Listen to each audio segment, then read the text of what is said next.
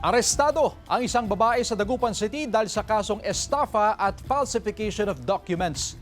Nakaalerto Sandy Salvacio. Kalaboso ang 48 anyos na babae matapos siyang arestuhin ng mga pulis sa Barangay Lucaw, Dagupan City gabi noong Lunes. 2 warrant of arrest ang isinilbi laban sa akusado na nahaharap sa multiple estafa charges. Ito ay mayroong kasong estafa ng Revised Penal Code ng Article 315. At atin ding napag-alaman na ang ginang na ito ay mayroon pang isang warrant of arrest na nakabinbin sa Urdaneta City. Mayroon din siyang kaso na estafa through falsification of public document. Itinanggi ng akusado ang mga paratang. Ginamit lang daw ng ilang individual ang kanyang pangalan sa kanilang illegal na transaksyon.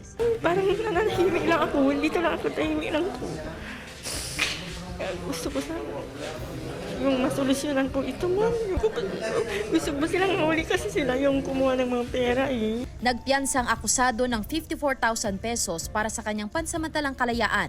Ilalaban daw niya sa korte ang mga kasong isinampa laban sa kanya.